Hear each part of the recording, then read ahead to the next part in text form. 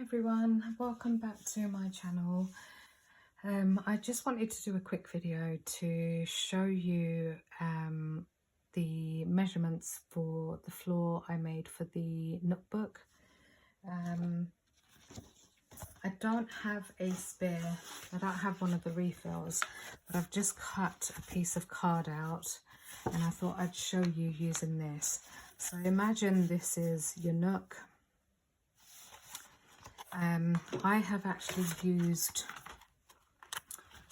out of the Love Stories, I think it's the first edition, I've used a piece of card that's got the wooden floor effect to it, but I believe Harvest Cascade and Winter's Veil also have pattern paper that has the wood grain effect. It looks like floor panels, so you could try either of those.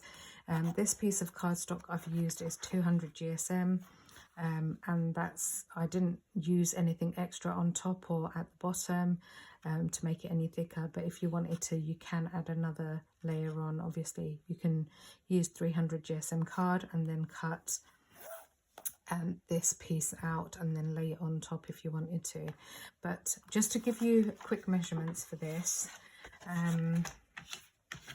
so you need to cut whatever pattern paper you're using for the floor. You need to cut a piece of card that measures 6 inches or 15 centimeters by 6.2 inches or 15.5 centimeters. Now what I would say is look at your Nook and measure your spine, the back, like the back part, so your spine itself, and then the either the back panel or the front panel, front or the back of your book. And the reason why I'm saying that is because, you know, there could quite easily be a millimeter out, and obviously you want it to be perfect. So once you've cut your piece of card out, which is 6 inches by 6.2 inches or 15 centimeters by 15.5 centimeters, you're going to score it at 1 inch and then at 5 inch, or if you want it in centimeters, it will be score it at 2.5 centimeters and then 12.5 centimeters. You then turn your card and then you're going to score it at either 1 inch or 2.5 centimeters. So it's up to you what measurements you're using. Now when you go to glue your floor in, don't stick your floor in before you've decorated, because that's going to be really tricky, especially if you're putting lights in as well, because you need to be able to have access into your book. Now let me just move this paper pad out of the way. So you'll have your panels and you'll obviously pick which side you're using, because you get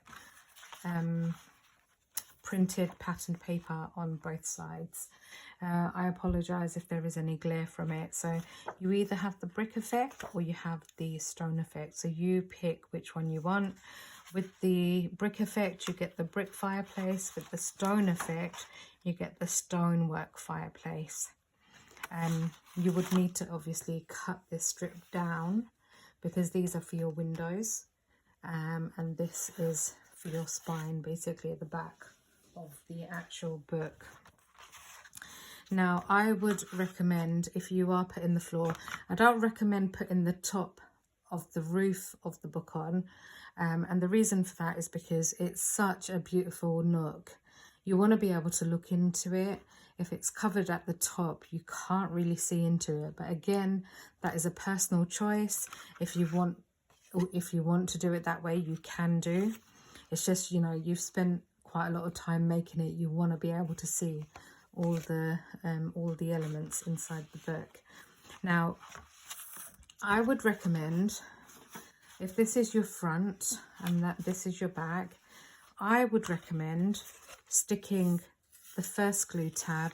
Make sure you do chamfer as well, these tabs, so you get a nice neat finish with nothing poking out. I would glue the first tab on, if you glue the first tab on, it means you can put your patterned paper on, and then you can work on this side. You can put your windows in, you can put your staircase in on here. You can also put your the front of the building. So you've got this arch here. You do have a die to cut this piece out as well, so you can cut this out and you can actually stick it on here. With this piece, because the papers, it is paper, it's not card, so when you do stick it down, make sure you cut out at least 3 out of plain cardstock, just so you can back this on to 3 pieces of cardstock to give you that strength and stability. Like I said, you have a die for it, so all you're doing is basically cutting it out. You've got your tabs. Make sure you burnish those tabs with a precision tool, because you want it to be flush when you're going to stick it in. Now, once you've stuck that piece in and you've put your elements in, put your back piece on, put your balcony on, and then obviously you've got the fireplace. You do have a die for the fireplace. That is your staircase, so you can cut that out. I would again recommend maybe cut this out twice, so you've got a nice sturdy staircase. And add your decorations on before you glue it in. Don't glue your decorations in after. Stick it onto your staircase and then stick it into your book. With the fireplace, what I did was, if I can bring in the piece that has the fireplace, bear with. Is it here? Nope, it's here. So I went for the brick effect fireplace, and what I did was, I'm just going to quickly show you this, because this is what I did. Obviously, you would be cutting your fireplace out in plain cardstock. But what I did, because it's going to be hidden behind this arch, you're not really going to see too much. So what I did was I placed my fireplace die on top of the actual paper, and I cut the fireplace out. Obviously, you're going to trim this off because this is part of the windows. So I actually cut this off and I stuck it onto my piece of card that I cut out with this die. And then you've got these pieces that you can then use. There is a die to cut this out, I believe. Or there may not be. I think I might have cut it out by hand. And then you've got the fire guard as well that goes on top. You can then place this and then obviously build your fireplace.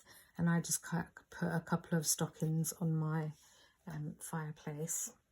So hopefully I haven't confused you too much, but I would build the fireplace.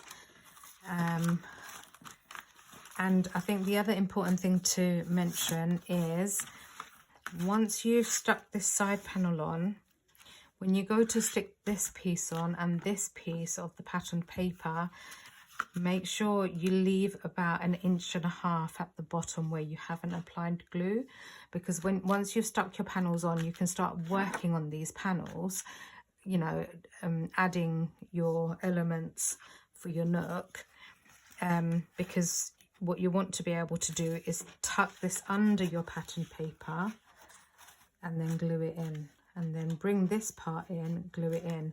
Once you've got this, you're obviously going to have your balcony there, your fireplace there, your staircase, and then your archway for the building.